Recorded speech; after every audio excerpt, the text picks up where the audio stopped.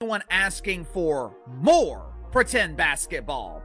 I don't remember seeing this insatiable demand, this unquenchable desire for more women's basketball. Matter of fact, if you look at ratings and attendance for Unrivaled, or the fact that absolutely no one is talking about women's college basketball, or the fact that the WNBA Finals struggled to sell tickets with tickets going for less than $40, the market seems to be communicating the complete opposite.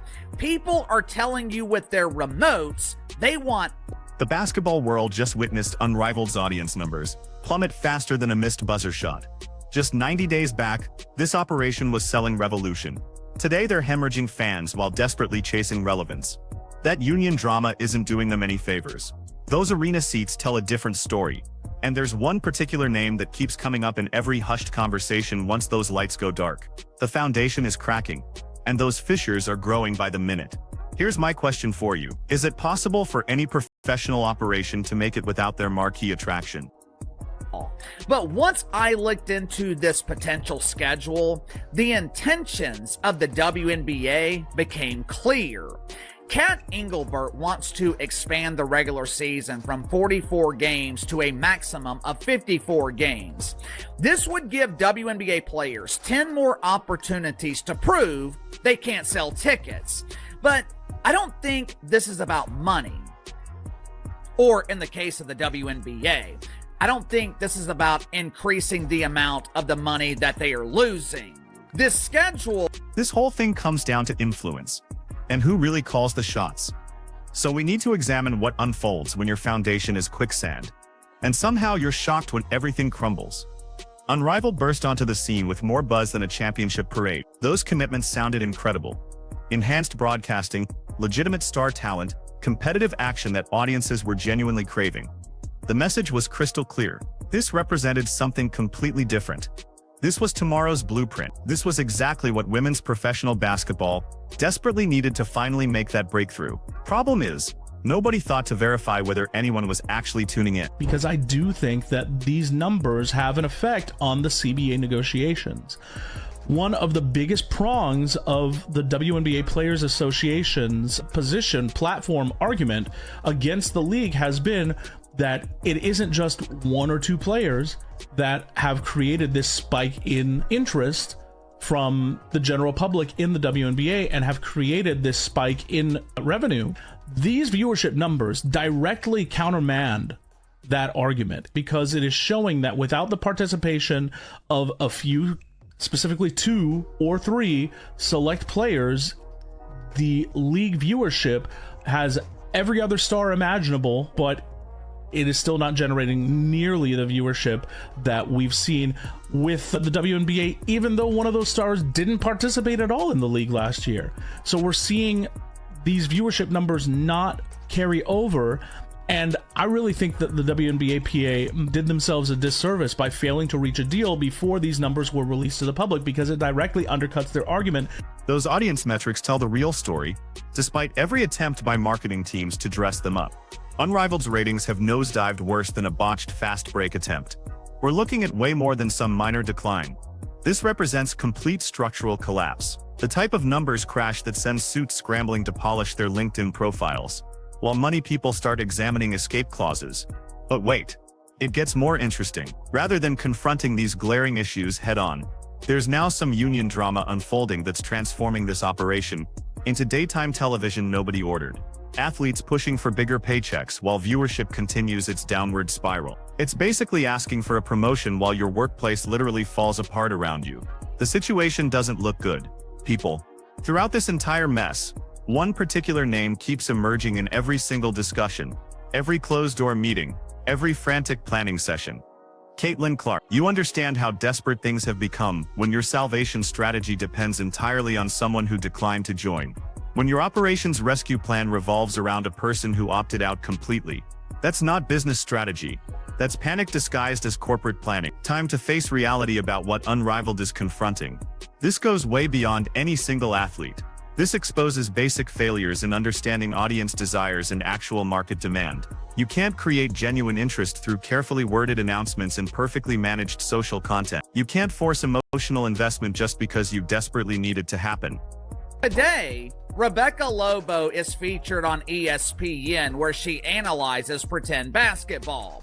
And according to Becky Lobo, WNBA players are rapidly losing fan support in negotiations for a new CBA.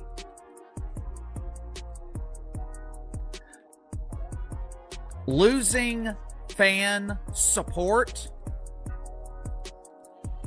Losing fan support. In a sentence with just 3 words. It amazes me how Rebecca Lobo could find a way to include 2 words that could not apply any less to the WNBA. The only word in that sentence that applies. Moving to the top, this union mess throws another ridiculous element into an already chaotic situation. While those viewing numbers keep dropping, while financial backers are likely questioning their commitments, while this entire venture's future remains uncertain, we're dealing with internal warfare over contract language and profit distribution. It's like organizing furniture on a sinking ship, except that ship had better crowd numbers. What really gets me about this whole disaster is the total absence of reality awareness. When your league struggles to attract viewers, when your ratings live in the basement, when people actively choose watching paint dry over your product, maybe the top concern shouldn't be battling over splitting money that doesn't exist. But instead we've got athletes making ultimatums, unions establishing boundaries, executives attempting damage control while their ship goes down.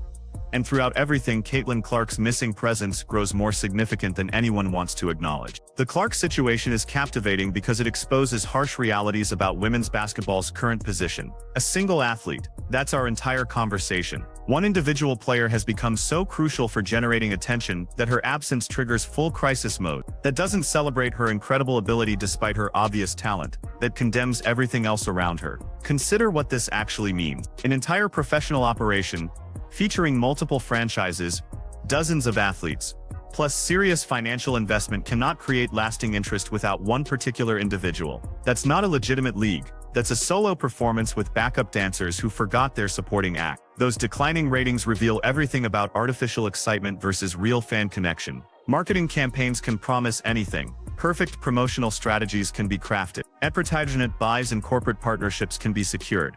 Plus, all the standard league operations can be executed. But when audiences genuinely don't want to watch, nothing else counts. Obviously, people don't want to watch Unrivaled.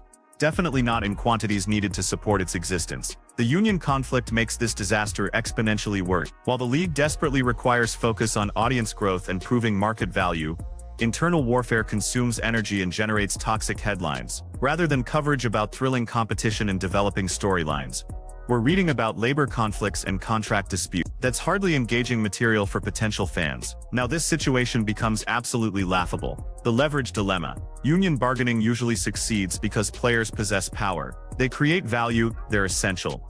They drive revenue. The possibility of them sitting out matters because audiences want to see them compete. But when viewership already drops, when interest already fades, when the league already fights to prove its worth, what leverage actually exists? It's threatening a work stoppage when nobody realized you were on the job. Desperation for Caitlin Clark makes complete sense now. She represents actual, quantifiable, documented ability to create interest. When she competes, audiences tune in. When she makes headlines, people note. It's the gap between a league people might follow and a league that's just background static. Except she's absent. Her decision was made. She's pursuing different goals. Unrivaled must learn survival without her. Only they're not learning anything. They're panicked. They're creating internal conflicts. They're watching numbers fall while debating how to divide income that isn't happening. It's a perfect example of completely missing the target. Comparing to other leagues becomes unavoidable and devastating. Examine how other sports handle challenges. Study how they build sustainable interest beyond individual superstars.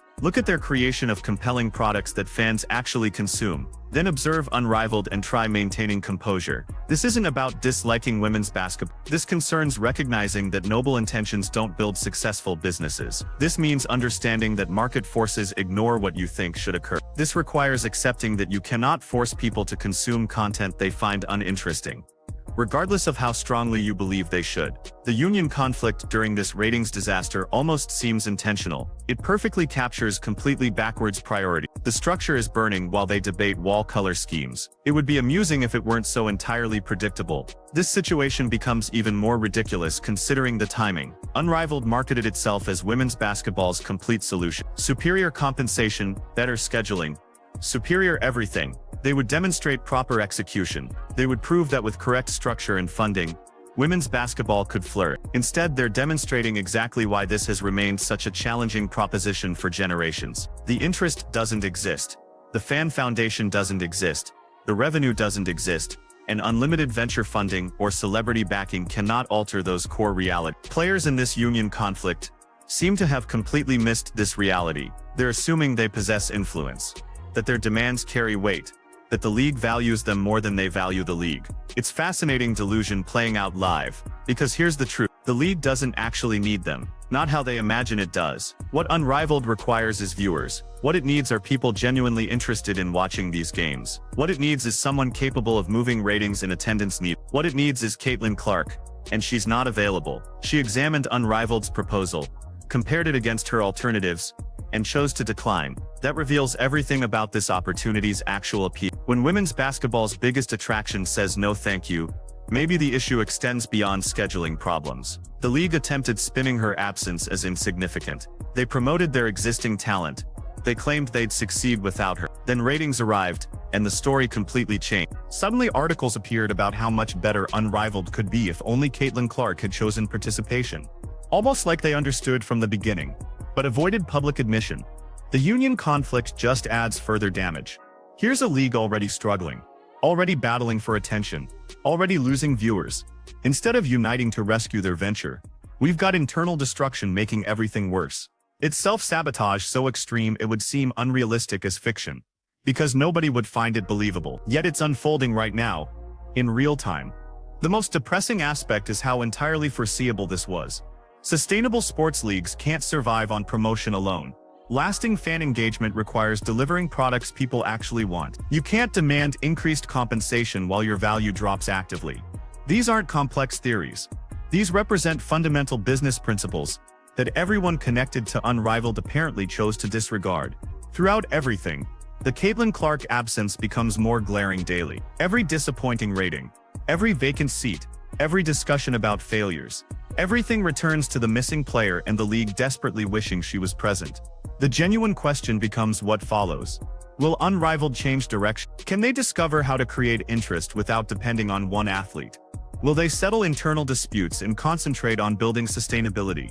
Or will they continue this trajectory of falling viewership, internal warfare, and fantasy thinking? Considering everything witnessed so far, expecting the worst seems like the obvious choice. This league had its opportunity.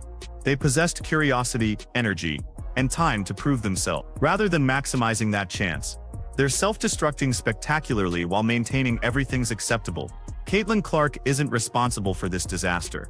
She decided based on her goal. The blame belongs completely to Unrivaled for failing to create something attractive enough to include her, for not developing a product capable of surviving without her, and for allowing union chaos to eclipse everything when they should fight for every single viewer. Those audience numbers ignore excuses. Markets ignore intentions. Only results matter. Those results are obvious. Unrivaled is collapsing. Unrivaled constructed their future on promotion rather than quality. Now they're facing consequences while pretending everything's acceptable. The union conflict is just distraction from the actual problem. Nobody's watching. If this analysis of basketball's newest catastrophe resonated with you, hit that like button and subscribe for more honest sports commentary. Share your perspective in the comments section.